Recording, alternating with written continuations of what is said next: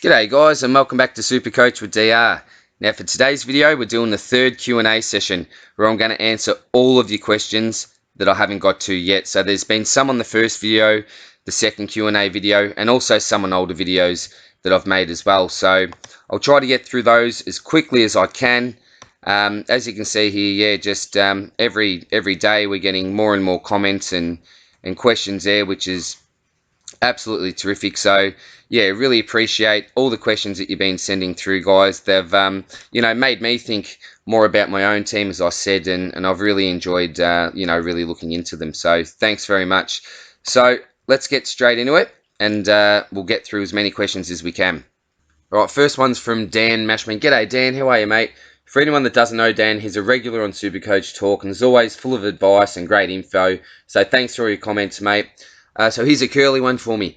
Can Johnny Segler become last year's Rowan Marshall if he gets to play first ruck? Yeah, he's a bit of a curly selection, mate. I don't think it's a matter of if he gets a number one ruck role. I certainly think it's his, but with Big Boy going down, this almost put a rubber stamp on it, I think, number one role for Segler. I'd look at his games from 2019 where Big Boy didn't play, and he only scored an 87 and a 46, which is pretty underwhelming. But to be honest, there's nothing in his scoring history or trajectory that would suggest that his average will significantly improve. But we need to keep in mind one really important factor, and that is that he hasn't really been able to play the large majority of the season yet, playing as that number one ruck option. You know, on the weekend he had 11 possessions, 26 hitouts from 66% game time for a score of 79. So we also need to remember these scores are inflated a little bit in the Marsh series as well, but this should be offset when he increases his time on ground when the real stuff comes around. He looked pretty good, to be honest. He'll be loving the fact he'll spend the majority of time in the ruck. So given the fact he, should assume that role this year, Selger might not be the worst option at 417k. Ruck forwards can be gold for our team as well. They can provide that little bit of extra insurance just in case one of your two big rucks are out for the week. And also assuming, that's assuming you're running with a DPP ruck forward at R3. But we should also note that he competed against Rowan Marshall and Paddy Ryder, who are no mugs in the ruck. So given the fact it was his first game back, ruck against, a capable ruck duo and scoring 79 from 66 time on ground, he's definitely on my watch list. I don't think I'd have the guts to start him, but if he goes, 100 plus next week, then he may be really, really hard to ignore. So, great question there, mate, and certainly one that I'll be, checking out next week or the week after whenever they play. Supercoach Wrangler, g'day, mate. Good on insight, mate. Houston is pure mid this year, absolute lock in my opinion. Yeah, 100%, mate. Couldn't agree with you more. And he really did prove that in the weekend. He did everything that I'd asked him to do, everything that I was expecting him to do, maybe a little bit more as well. So he will not leave my side now unless there's some sort of major injury, mate. But definitely got Houston in. Next one's from Lucas Riley. G'day, mate, and thanks for your comments as always, Lucas. Hey, mate, with the English pick, he went to the Dogs Open training session in Queensland a couple of weeks ago and looked very strong and moved well around the ground. Well, firstly, thanks for the info, mate. I, like many others, are or have been considering English, but one of my main concerns regarding English pick was his lack of strength and not being able to, match it with some of his stronger opponents. So the fact he's looking beefed up a little, that's great. That's great news for English owners. I would have loved to see him compete against Goldie on the weekend to give us a better idea about how we'll go against, one of the better ruckmen in the comp. But I'm really looking forward to seeing what he can produce in the next pre-season game. But thanks again, mate. That's, terrific info there. Really, really good to see that. And do you have any social media platforms I can send a photo? Mate, I'm a bit of a dinosaur, unfortunately, when it comes to all the social media stuff. I'm not on the Instagram, the TikTok, Snapchat. All my kids at school talk about them, mate. I've basically just got my Facebook group, mate. My Facebook page, obviously. And I do have a big Supercoach group there, which has been just a bit of a private one that we've had for leagues in the last few years, mate. But look, I must get a Twitter account, mate. I've never done that before, so I'll certainly need to get on Twitter. I'll definitely do that before the start of the season because I'm sure I'm missing out on some great stuff there. But when I finally get around to it, mate, I will post a link in one of the videos and sort of enter a bit of a new world there on the Twitter sphere. So thanks again, Lucas, for your question, mate. Bark Sandwich, g'day, mate. Thoughts on Cogs and Jared Lyons as a pod? So I've actually talked a little bit about both in some previous videos, mate. I think they're both great players. They'll post some big scores on occasions, but I don't rate them inside the top 12 averaging midfielders at the end of the season, and I don't think they'll finish inside that elite bracket. Cogs, I've heard, will actually be increasing his minutes in the forward line. He's actually quite a capable forward. This is great for the Giants, but not great for our Supercoach sides, unfortunately. He'll probably go gangbusters for a game or two and get a ridiculous 160 plus score, which he's certainly capable of. But I think these will be too, few and far in between, given the fact that he'll be playing, well, from what I've heard, less midfield time. Lyons, again, great player. Love him as a Lions supporter. Can play a nice role up forward, actually, and can snag a goal or two. But he'll play predominantly as an inside mid. Well, that's what we want. That's good. Lockyer gobbled up all the points on the weekend for Lions. But again, with Lyons, I don't think he'll average enough to warrant selecting him in my side. I'd much rather go someone like a Huey McCluggage. When playing that inside mid role at the start of the game, Huey, he went kaboom. And, he'll probably play mainly on the wing. But when he finally plays that more inside role and gets those inside minutes, he'll be a super coach beast, Huey McCluggage. So definitely keep me on your radar. If he looks to change that role, even, during the season, he may be one that we could jump on. But I think while he's still playing on the wing, probably not this year as much as I love him. The Black Power Ranger. G'day, mate. Another really great contributor here. ACLs might cost you a Supercoach season, but when it comes to your dog doing one, dollars. Thanks for your Q&A. No worries, mate. Yeah, I tell you what, mate. It's a very expensive exercise at the vets. Luckily, we got onto, I think it's called Vet Pay, where we can pay it off either fortnightly or in monthly installments, which makes things a lot easier, mate. But a few grand down the gurgler, mate. A bit of a shock to the system, but, love the dogs, mate. Part of the family, so, didn't mind spending the money on them, mate. But, thanks for that, bud. Much appreciated, mate. Next one's Amanda. G'day, Amanda, again. Awesome Q&A bit, DR. Picked up heaps from that. No worries at all. Glad you enjoyed it, Amanda. Thanks for that. If we can continue to ask for advice throughout the year on those 50-50 decisions, would be brilliant. Thanks again for all the time and effort you're putting into this channel. Great stuff. No, it's a pleasure doing it, Amanda. Thanks very much. And it's, the supportive people like you that, comment on the videos and ask some great questions that make it all worthwhile, to be honest. And yeah, for sure. I'll be definitely posting some videos during the season, probably some team updates here and there. Just see how I go, I suppose. But yeah, anytime, feel free to just pop a comment down below. Any question you like, even if it's not related to that particular video. Again, you can send us a quick email at supercoach@dr at outlook.com. I'll put it down in the description there, but always feel free. Not a worry at all, Amanda. That's what we're here for, and I'm sure the community would love to help you out too. So, yeah, hope everything's going well with the planning, Amanda. Good on you. Next one's Cruz McAuliffe. How will Hunter Clark affect Robertson's scoring? Well, g'day, Cruz. Thanks for the question, mate. Good question, actually. Clark played mainly in defence, as well as spending some minutes in the midfield during the Marsh series. Is a real smooth mover, actually. Great kick on both sides, which would mean that you'd assume that they'd want the ball in his hands. It's hard to see how Robertson will affect Clark's scoring, and vice versa, because we obviously haven't seen Clark or even, Webster. Who else is there? Geary. And these guys play in the back. So if Robertson assumes more of a lockdown role, then it shouldn't affect Clark. It may actually have a positive effect. But Robertson's role, for me, is still a little bit of an unknown at this stage. I'd be expecting him to be a bit of a rebound defender. I'd prefer staying safe, spending less and starting with a fallen Primo and Robertson than a breakout contender in Clark. But Clark looked really good, mate. Got his hands on the ball, moved well, as I said. I'm certainly not against the selection, but I'd want to see what happens when the Saints hopefully play their full-strength side, and we'll get to see how it performs with some of these other guys in. Our next one, Supercoach tips with Smitty. G'day, mate. Is Gogs a play to bring in, and who do you go for? Now, I'm assuming you meant Cogs, mate, I think, and I've obviously answered that before, bud, but Gogs, I'm not too sure if that's a nickname for someone. I may be completely missing the boat there, mate, and looking a bit silly for not knowing who you mean. But if it's not Cogs, mate, post a comment in this video, and I'll certainly answer it down below for you, mate. But forgive my ignorance if I'm not realising a really obvious nickname for someone, bud. Sorry about that, mate. So the next one here, Supercoach George and Benno. G'day, guys. Great video, DR. Thanks very much, fellas. Much appreciated, guys. Seems like you might be doing a bit of Supercoach stuff there yourself by the look of your username. So if you've got something going on, I'll come and check you out, guys. Good on you, fellas. Thanks for that. All right, so on to the next lot of questions. Whiskey Brad, g'day, mate.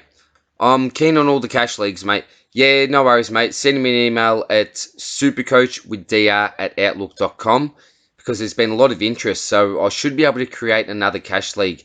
A $50 one's been probably the most popular option so far. So anyone looking to enter a cash league, I'll leave my email, as I said, down below in the description. But yeah, good on you, Brad. I'm sure that we can get you in a $50 league, mate. Luke's again, g'day, pal. Hey, does anyone have any idea if you can change the amount of people in a draft before it happens? No idea, sorry, mate, myself. I'm not big on draft. If anyone does know, if you could let Lucas know down the comments section below, that would be great. But good luck with that, Lucas. Not a draft man myself, sorry, mate. First, we talk Supercoach. Appreciate the support, buddy. Good on you, mate. Right, Homer Thompson. Thoughts on having a DPP ruck forward as a safety in case Gawn is injured? Say Paddy Ryder. G'day, Homer. Thanks for the question, mate. Yeah, look, it's always great to have a DPP swing in the rucks and the forwards. Look, they provide great insurance, as I said before. I don't love the Ryder pick in particular, as I think he'll be just sharing too much of the ruck duties.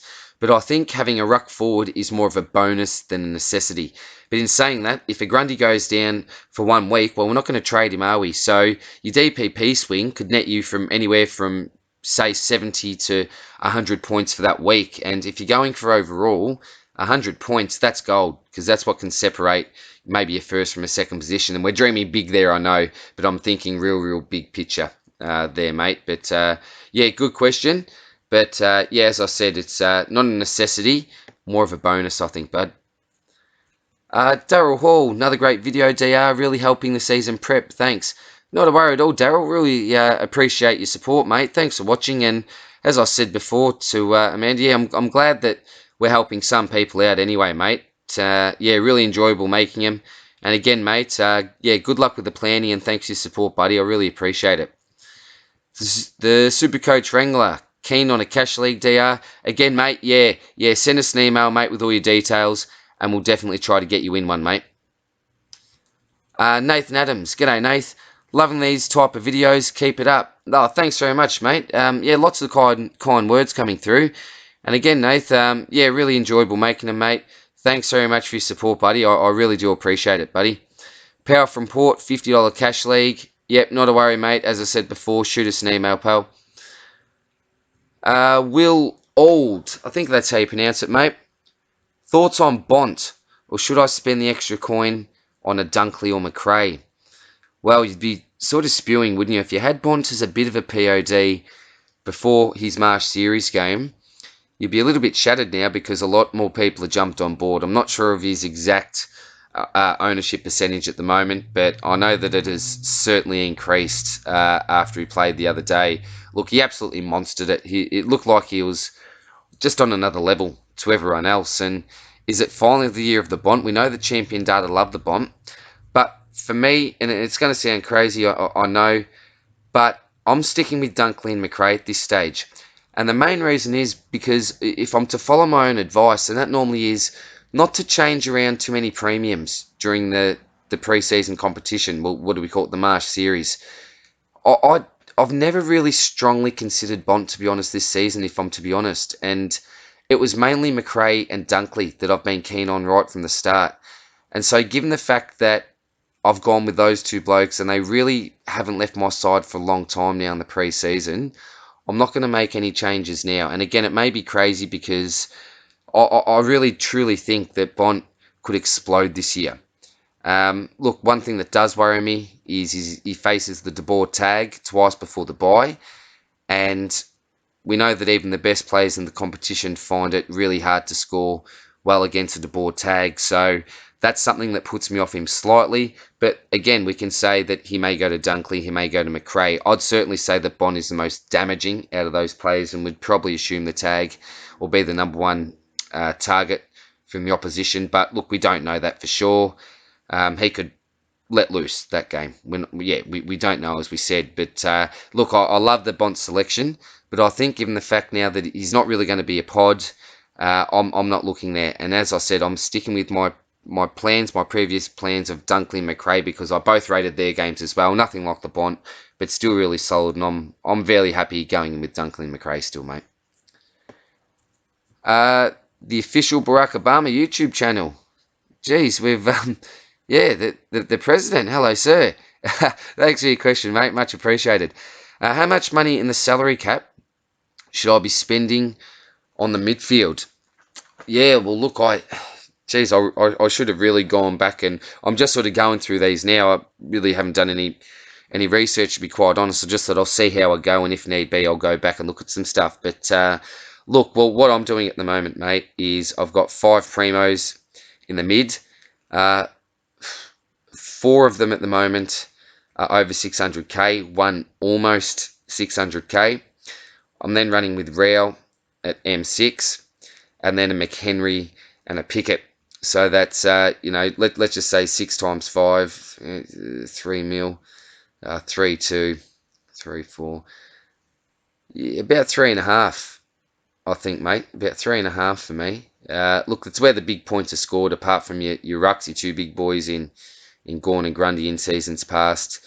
But yeah, I'd say roughly, just doing it straight there off the top of my head, and I may have stuffed that up completely, mate, but I'd be saying about 3.5 mil, what I'm spending anyway. And some people may disagree with that.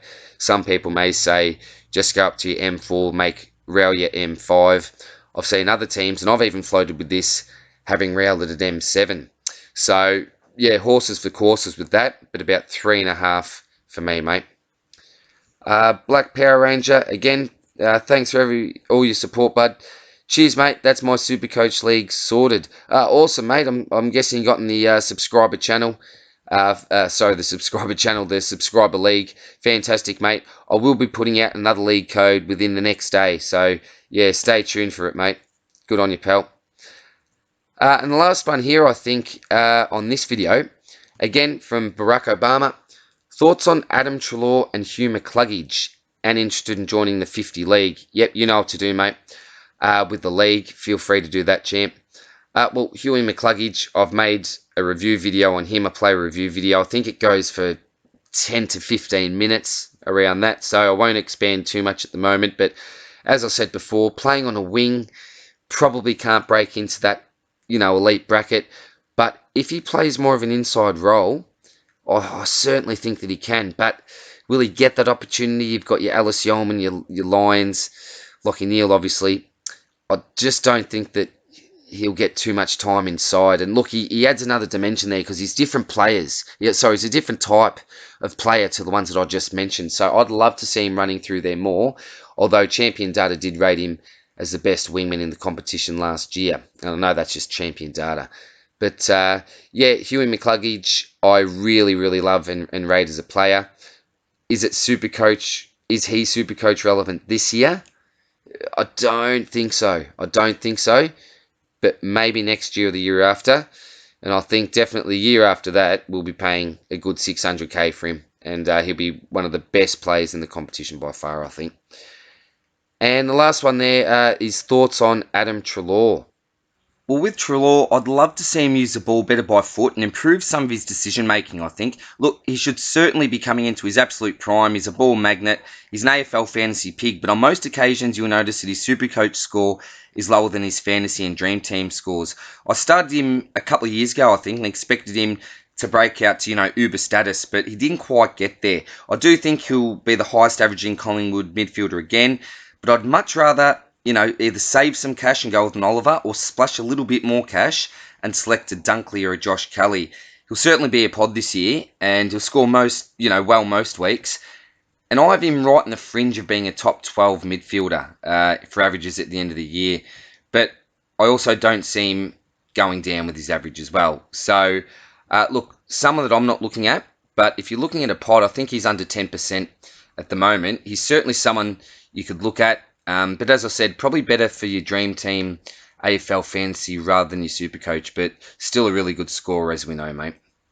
Alright, last lot of questions for this video. Sorry if I didn't get to yours in this one, guys.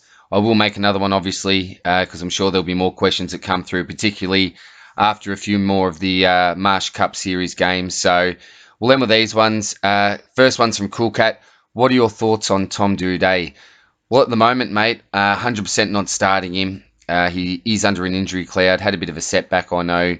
Won't be playing in the pre-season, that's for sure. And I think that the Adelaide coaching staff have said that they'll be getting him back into the team early in the season. So, when is early in the season? I'm not sure if that's round one. I don't think it will be, or if it'll be round 2, 3, 4, 5. I'm really not too sure what they consider early. So I think we'll have to monitor him. Certainly shouldn't be starting with him. Obviously with that injury setback, he'll certainly be a bit rusty without playing at least one of those games, you'd think. So maybe someone to look for if you're looking for a downgrade or an upgrade in a rookie or in the right circumstances. But probably if we're going to have him in our sides, we'd most likely start with him. But at least if we don't, we can see when he comes back what he's like for the first couple of games and then assess from there, mate. But thanks for the question, bud. Dion Bonacci, another one. Thanks for answering my last question, DR. Not a worry, mate. Now the next conundrum. Greenwood at F3 or Houston at D3? Can only afford one. Well, first of all, with Greenwood, I think I may have underrated him, to be quite honest. He played terrifically during the Marsh Series game, about to call it the JLT again, and looked like he could be a fantastic F3 for us this year, and certainly have the ability to finish inside the top 6 based on that one performance. And I know it's only one performance in the pre-series games, I understand that, and I take it with a grain of salt a lot of the time, but he certainly made me have a close look at him, and I'll definitely be keeping a close eye on him during the next game that he plays. And if he produces, something similar to what he did, he'll be really hard to ignore. But in saying that, Dan Houston is one of my absolute locks, and I think he'll be one of the best breakout contenders this year. I think he's got more ability than Greenwood, although Greenwood's probably got, does he have more experience? I'm not too sure. I know he's older than Houston, but more experience or games, I'm not too sure, to be quite honest, because he was a bit of a latecomer, Greenwood. But yeah, Houston, love everything about him. As I said before in one of the earlier questions or comments, that I'm a big fan of Houston. I'm certainly not leaving him out. The other thing that you've got to consider as well, and I'm not too sure on what the rest of your structure is looking like if you're looking at Greenwood at F3, then a Smith or a Stephen or someone at F4, maybe you could cut back slightly. Houston at D3 again here, running with, I suppose you'd have Doherty at D4. Are you also running with the Robertson? Like, how much are you getting back there? I'm not exactly sure, mate, but what you're doing really structure-wise. But I'm more of a fan of the Houston pick than I am of the Greenwood pick. But I'm coming around pretty quickly to Huey Greenwood, mate. Yeah. But thanks for the question, bud. Aaron Crosby, g'day, mate. Is Nick Nat worth a look at R2? Can save a lot of cash going him over Gorn. Well, I'll tell you what, mate. If you look back at one of my previous videos where we discussed Max Gorn going down and what our options are going forward, I talked a little bit about Nick Nat. So I think it was called To Gorn or Not To Gorn. That is the question, the title of the video, if you want to look back at it. But he was in my side for probably 2 weeks during the pre-season. Probably about 3 weeks ago now, I think he was in there. Look, there's some great things about the pick. A lot of things to like. Obviously, at that price, as you said, you save a fair bit of cash there, and you can really upgrade either your defence or your forwards, most likely. But the issue with Nick Nat is how many games will he play? I'm worried that he might have a rest early. Will he improve his time on ground? There's a lot of unknowns. So huge risk versus reward pick, the classic risk versus reward pick. And the comment I made in the other Ruck video, as I said before, was that a pick like this can really define your season, in my opinion, because if it goes well for you, you get such a leg up on the rest of the competition, I think, with the Nick Nat selection. But if it doesn't go well, then who are you going to get in for him? You can't go straight up to a Gorn. He's at an awkward price point, maybe in English, a Rob possibly. But then again, you've most likely got to make 2 trades to get there. So a really risky pick, mate. But look, if the rest of the selections that you got in your team are pretty solid, you may be worth a look. And if you paired him with one of these ruck forwards, like a Segler, for example, then I suppose that minimises the risk a little bit. If he's just out for 1 to 2 weeks, say, you could pop a Segler, or whoever else if you selected a ruck forward in there. But for me, mate, I just don't have the balls with this pick, mate. I'd really, really love to select him and looked very, very closely at him. If he goes really well, I'll be kicking myself. But as I said, at this stage, I just can't do it. And I've basically narrowed it down to either Rob or Gorn for me. Most likely Gorn, 80-20 Gorn, I'd say at this stage, mate. Ben, ADR, g'day, mate. Do you predict Stars to be playing in round 1? Well, last year our main 7 defenders. Okay, so we had Andrews, Adams, Gardner, Rich, Hodge, Witherden, and Ainsworth would have been our 7 defenders. You obviously started with 6, and you got one on the bench there that goes back there. Zach Bailey played a little bit through there at times around the back. So we lose Hodge. So there's a spot in the starting 7. But now we've also added Birchall and Archie. So as well as the emergence of Stas, who plays in the back half as well, that's Witherden, Ainsworth, Birchall, Archie, and Starcevic vying for probably 3 spots. So 5 players, but most likely only 3 spots. Look, Stars did well in limited game time during the Marsh game that we played against Port, but who does he come in front of? I'd say Archie there. They selected him and traded him in. From Gold Coast for a reason. I think they, like him down back there with his speed. Fagan wants to add some speed to his back line, so Archie fits a bill there. You've got Ainsworth, who was a real revelation for us last year, and I think really deserves his spot there, to be quite honest. Birchall, probably past his best, as we know. Didn't impress me overly in the pre-season match on the weekend, but hasn't played footy in a long time, and I'm sure that the old fellow's just a little bit rusty. Champion past his best, as I said, but great foot skills. Reads the game really well. Certainly no Luke Hodge. I think he'll still be a terrific leader, but certainly nothing like Hodge, who's more of a once in a generation type of leader in my opinion. And then you've also got Alex Witherden there, obviously as well. So yeah, where will he play, Starcevic, and how will he get in, and who will he be in front of? I can't see him in front of many of those players there. Maybe a Birchall if he's not, looking too fresh and running around too well. But yeah, it'd be really tough for him, mate. I certainly think he'll get an opportunity during the year. Brisbane were really lucky with their injuries last year. And I don't think, I've got fingers crossed, and we've got the best medical staff in the comp, in my opinion, up at Brisbane. But luck certainly does play a part with injuries. So I certainly don't expect to be as lucky as what we were last year. So I certainly think this bloke will get his opportunity. Even if, one of our midfielders or someone else goes down, he can still play that role as well on a wing, maybe. Even come inside. He's a pretty strong lad. But at this stage, mate, not for round 1, but certainly during the season, I think that he'll definitely get back in the side again. And the last one we'll go with is from Nelso. So is Dev Smith currently in your team? Thanks for all the advice, DR. Not a problem, Nelso. Yeah, he is, mate, at the moment. Again, I've been, chopping and changing so much, but I've probably been settled on my team for the last week anyway, and there will be changes made for sure, I know. But he's definitely in my team at the moment. Currently at F3, which I'm not absolutely wrapped with. But yeah, I need to see a bit from him in the Marsh series.